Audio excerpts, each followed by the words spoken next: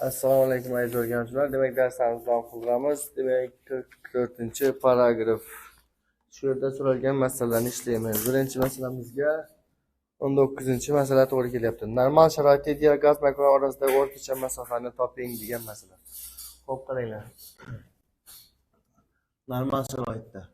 Xo'p, biz bilamiz 19. Biz bilamiz, toping n kalti degan formani bilamiz. N bu yerda molekullar sonini bilamiz molekullar hajmiga, ya'ni joylashuv hajmiga ko'paytiramiz kalti. Xo'p, endi qaranglar, agar biz mana shu n o'rniga bitta qo'yadigan bo'lsak, mana bu bitta molekulaning massa hajmi bo'lib chiqadi. Shuning uchun qaranglar, demak, p deganimiz bir qo'ysak, mana bu kalti ustiga tushadi. Kalti taqsim v nolvoy. Mana shu yerdagi v nolvoy hajm bitta molekulaning hajmi bo'lib qoldi.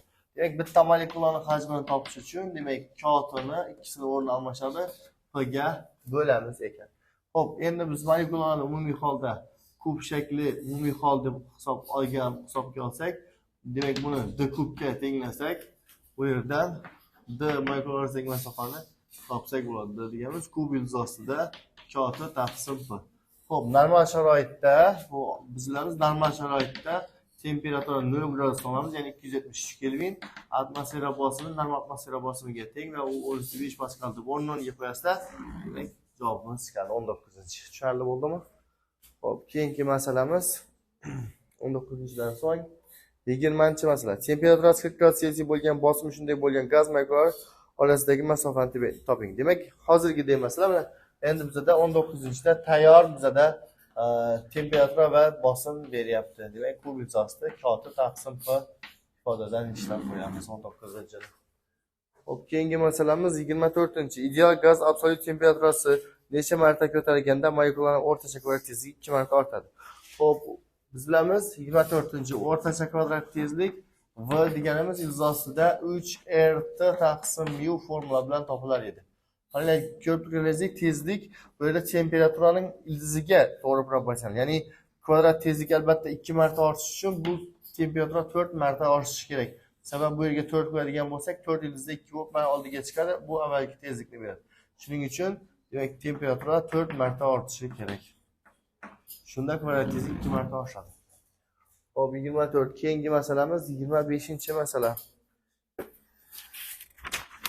25. Kislorod molekulasining issiqlik harakati o'rtacha kvadrat tezligi vodorod molekulasininkidan necha marta kichik? Necha marta kichik deyapti. Demak, vodorodga albatta katta bo'ladi. Demak, qaranglar, o'rtacha tezlik ifodasi 25-chi. Biz bilamiz, o'rtacha tezlik ifodasi ildiz ostida 3rt taqsim mu formula bilan topiladi. Xo'p, temperaturalar hammasi bir xil, faqat mu bilan farq qilyapti. Qaranglar, bizda hozir kislorod, ya'ni mu O2 ning mu H2 vodorodga nisbatan so'rayapti. O2 o'rniga qaranglar yozamiz. 3rt taqsim mu O2, mana bu H2 o'rniga yozamiz. Ildiz ostida 3rt taqsim mu H2. Ko'rib turganingizdek, ikkisini bitta ildizga keltiramiz, 3rtlar ketadi va bitta ildizda nima qiladi? Mana bu pastga tushadi, bu yuqoriga tushadi-da, mu H2 taqsim mu O2. Xo'p, H2 o'rniga mana 2 ni qo'yamiz, O2 o'rniga 32 ni qo'yamiz. 1 taqsim 16 va ildizdan 4. 1 taqsim 4 chiqadi. Ya'ni 4 marta demak tezligi kichik bo'lar ekan. Kislorod. Tushunarli bo'ldimi? Xo'p, 25-chi. Keyingi 29-masala. 29-chi. Demak, gazning birlik massasi molekular soni, ya'ni birlik massadagi molekular sonini toping. Xo'p, bu gaz molekularining T absolyut temperaturasida o'rtacha tezligi V. Xo'p. Demak, birlik massadagi molekular sonini toping. Xo'p, birlik massadagi. Xo'p, qaranglar, demak, bunday yozamiz. Qaranglar. Nechinchi edi bu? 29-masala.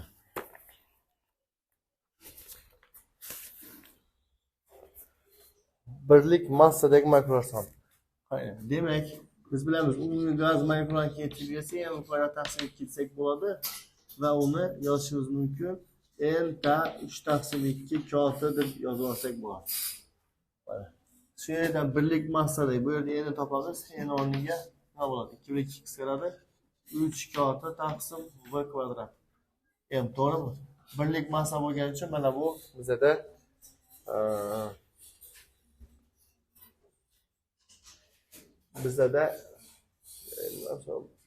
javob yo'q-ku. Birlik massadagi molekulalar soni topamiz.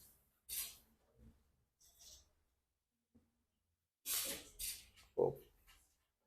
Bu yerda birlik massa bo'lgani uchun o'rniga 1 qo'yamiz. Demak, shu yerda 3 kota taqsim v kvadrat degan ifoda kelib chiqadi. Demak, ko'rib turganlaringizdek, bu yerda unday javob yo'q. Demak, to'g'ri javob yo'q degan javob to'g'ri bo'ladi 29-da. Xo'p. Keyingi masalamiz 29-dan so'ng 33-masala. Havoni bir jinsli gaz deb hisoblang. Havoda muallaq turgan shunday kilogramm massali chang zarrasining o'rtacha kvadrat tezligi havo molekulalarining harakatining o'rtacha kvadrat tezligidan necha marta katta deyapti. Xo'p. Bizga havo molekulalari kvadrat harakatining o'rtacha kvadrat tezligidan. Xo'p. Qaranglar, demak, keyingi masalamiz 30-chi. Bizdan so'rayapti, chang zarralarining tezligini havo molekulalari tezligiga nisbatan so'rayapti. Chang zarralarining tezligi massasi bo'lgani uchun 3 kota taqsim m0 formula bilan topsak bo'ladi. 3 kota taqsim m0. Xo'p. Mana havoning molekulalarining tezligini esa 3 kota taqsim m deb topsak bo'ladi. Ko'rib turganlaringizdek, bu yerda ikkitasini bitta ildizga olsak 3 lar ketadi. Xo'p, tlar ketadi va shunday ifoda kelib chiqadi. K pastda m0 pastga tushadi. Demak, r bu yerda, yuqorida mu. Xo'p, K biz bilamiz. Demak, na ko'paygan K bizda r ni berar edi. Shuni o'rniga na ko'paygan K ni yozsak, na Klar qisqaradi va shunday ifoda kelib chiqadi. Mu havo taqsim m0 ko'paygan n avogadro. Shuni o'rniga qo'ysa javobimiz chiqadi. Bu yerda m0 mana bu chang zarrasining massasi. 33-chi ketdi. Keyingi masalamiz 34-masala. Ideal gaz mutlaq temperaturasi 3 marta ortganda o'rtacha kvadrat tezligi necha marta ortadi? 34. Juda oson masala. Bularni kim so'ragan? Mavzu o'tmagan odam so'ragan. Ko'rib turganingizda tezlik qanday proporsional bo'lyapti? Ildiz ostiga proporsional bo'lyapti. Bu degani, agar temperatura 3 marta ortsa, tezlik ildiz osti 3 marta ortadi. Shuning uchun yozib qo'yamiz shu yerga. V2 teng ildiz osti 3 marta ortadi. Temperatura 3 marta ortsa. Juda oson masala. 36-masala. Xo'p, 36-masala. Bizga aytyapti, gaz temperaturasi 10 gradusdan 20 gradusgacha ortdi. Bunda molekular issiqlik harakati o'rtacha kvadrat tezlik qanday o'zgaradi deyapti. Biroz ortadi. Demak, biz bilamiz, mana V2 taqsim V1. V2 deganimizning o'rniga 3r T2 taqsim mu bo'ladi. V1 o'rniga esa, ya'ni bu T1 haroratdagi tezlik 3r T1 taqsim mu bo'ladi.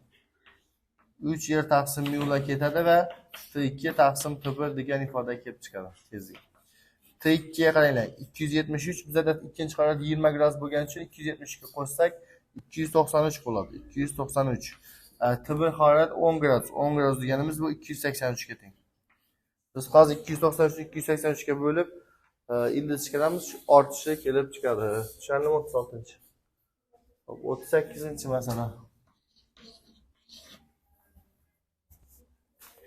Germetik berk idishda gaz molekulalarining kvadrat tezligi 2 marta orttirish uchun uning harorati qanday o'zgartirish kerak? Qaranglar, demak, tezlik 2 marta ortishi uchun biz ham v deganimiz 3rt taqsim mu ifoda, to'g'rimi?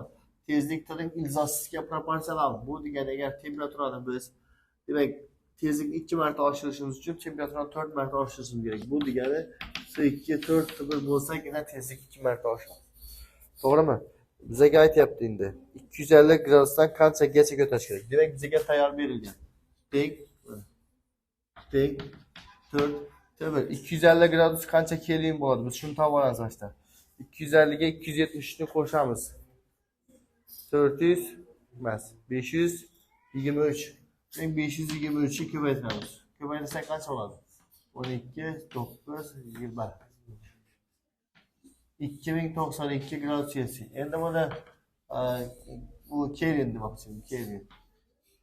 Gradus Celsiusga o'tishi 270 ni ayiramiz.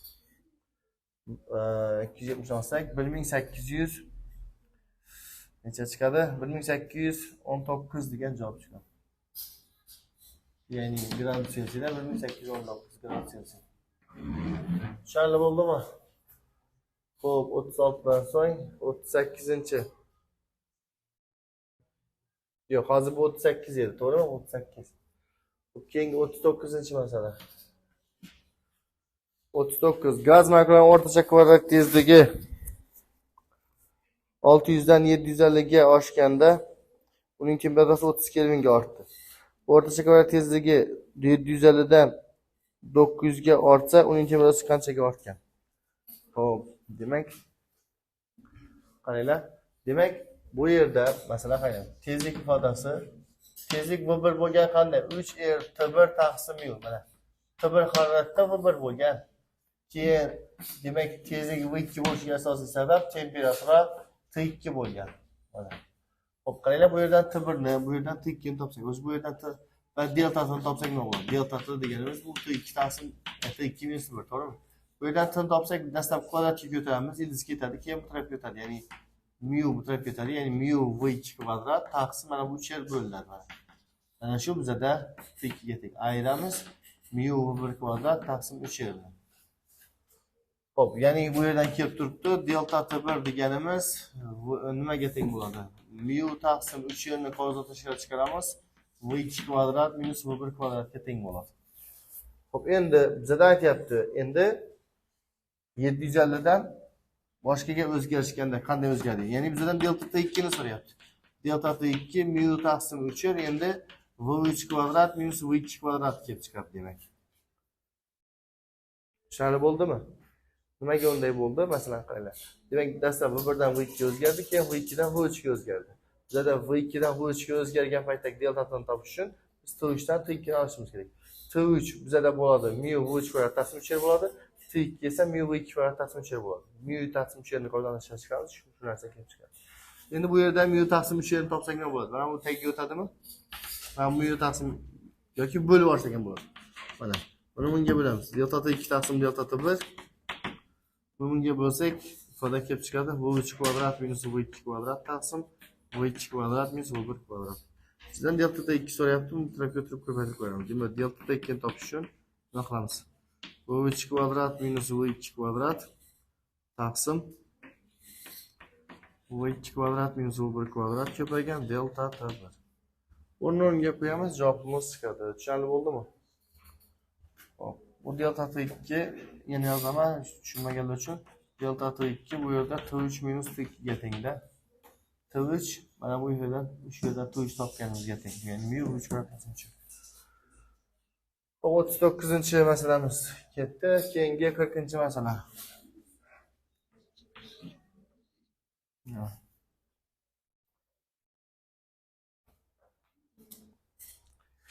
40-chi.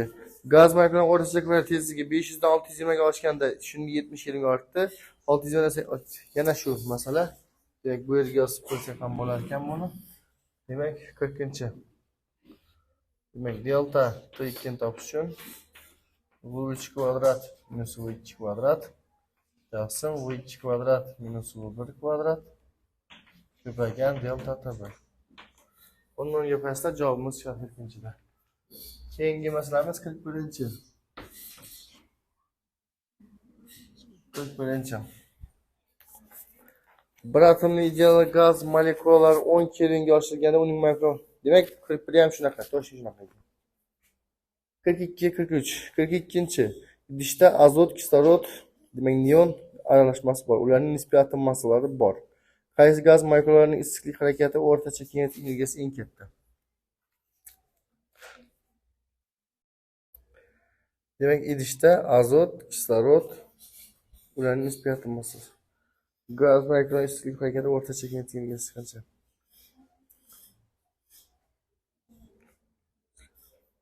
Demak, bitta molekulaning issiqlik harakati o'rtacha kengaytirish energiyasi ilgarilanma harakat keyin energiyasi nazarda tutilyapti bu yerda. Bilamiz 3 taqsim 2 2 degan ifoda bor. Mana shu ifodadan ko'rib turganlaringizdek, hammasi bir xil idishda turgani uchun ularning haroratlari teng bo'ladi, bosimlari ham, hajmlari ham teng deb hisoblaydigan bo'lsak, shu ko'rinib turibdi, hammasining demak energiyalari bir xil bo'ladi. Demak, sirjoq. Hop, 42-dan so'ng 43-chi. 173 Kelvin temperaturada vodorod molekulyar o'rtacha ko'rak tezligini toping. Ilgarilanma harakat energiyasini hisoblang. Hop, hozir biz qaylar? 43-chi.